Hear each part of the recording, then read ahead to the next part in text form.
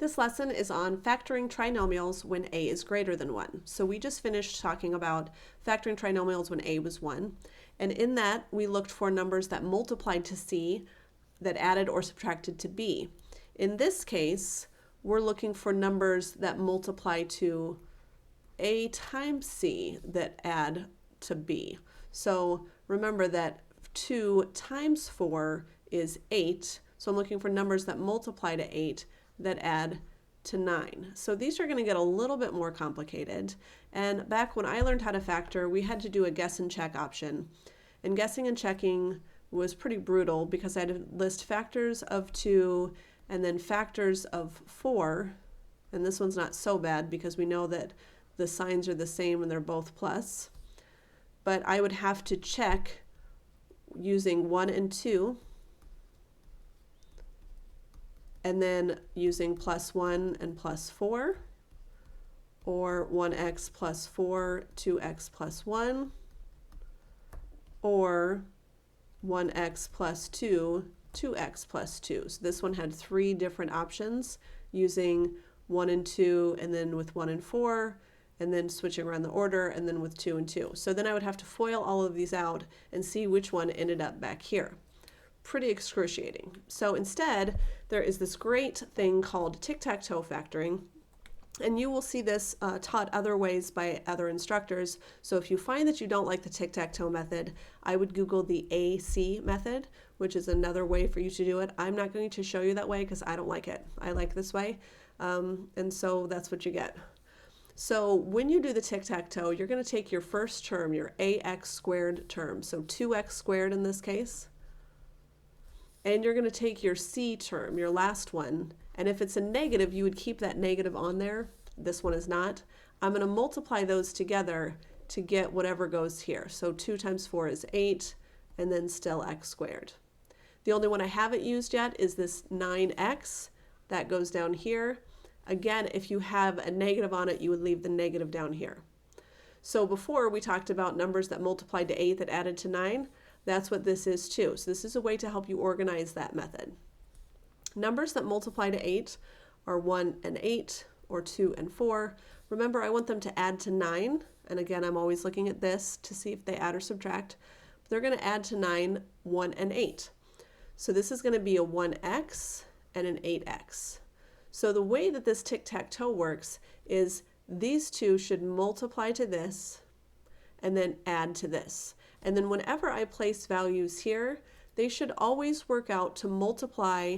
For instance, this row is going to multiply to 1x, and this row is going to multiply to 8x, and this column will multiply to 2x squared, and this column will multiply to 4. In addition, the last thing is this column, I'm going to have my pluses or minuses to help me when I get to my binomials. So let's give it a shot.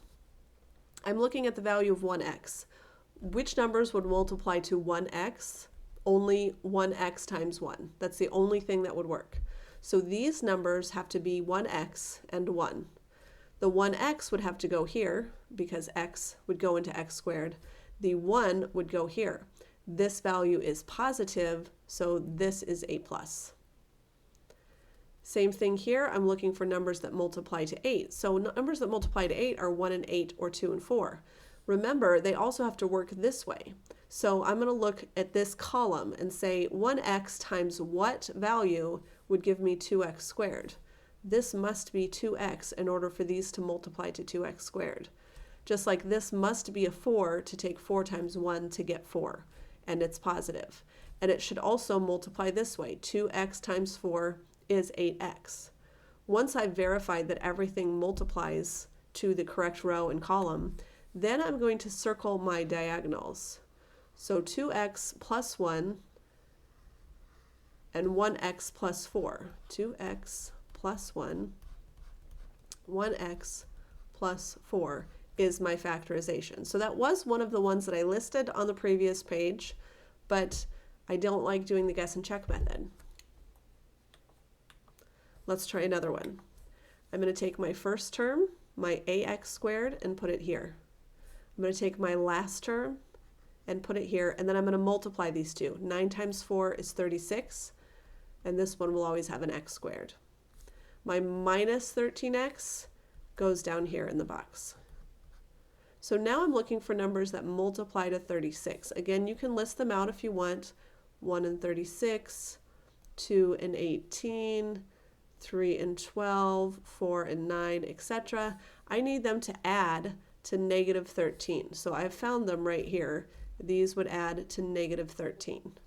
So negative 4x and negative 9x would multiply to a positive value, positive 36x squared, and add to negative 13.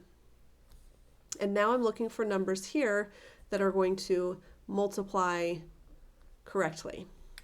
So looking at the 9, it would make sense that I would either use 3 times 3 or 9 times 1. Well, I can't use 3 times 3 because if I put a 3 here, that means a 3 would have to go in this box, and 3 doesn't go into 4.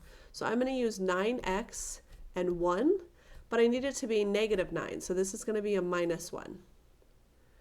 And here, 9 times 1 would give me this 9, and 1 times 4 would give me this 4, so 1 times 4.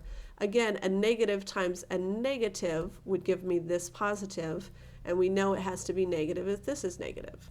So now I am going to circle my diagonals, which gives me 9x minus 4 and x minus 1.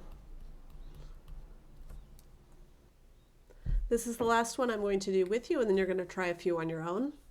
Again, that first term, 2x squared, goes here and minus 12 here. I will then multiply those to get negative 24x squared.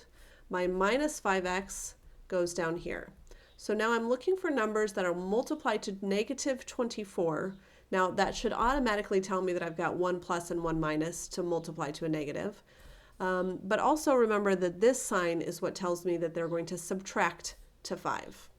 So numbers that multiply to 24 are 1 and 24. Those don't subtract to 5. 2 and 12. Those don't work. 3 and 8. Those will work. Now I need it to be a negative 5 when I combine them, so that's going to be a plus 3 and a negative 8. So plus 3x, negative 8x. When I'm finding the numbers that go in the other boxes, I always try to focus on numbers like 3 that are prime, meaning that the only factors are 1 and itself. So 1 and 3 are the only numbers I can use. I could put the 1 here and the 3 here. I could not do it the other way because if I put a 3 in this box, 3 does not go into 2. So this must be a 1x and this must be a 3, and because this is positive, the 3 is positive. On my other boxes, 1x times 2x would give me 2x squared, and negative 4 times 3 would give me negative 12, and then I check this direction, and those do multiply to negative 8x.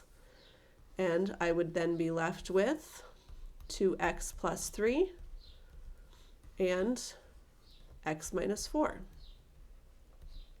At this point, if you have printed out the PowerPoint slideshow, my next video will go through all 4 of those questions.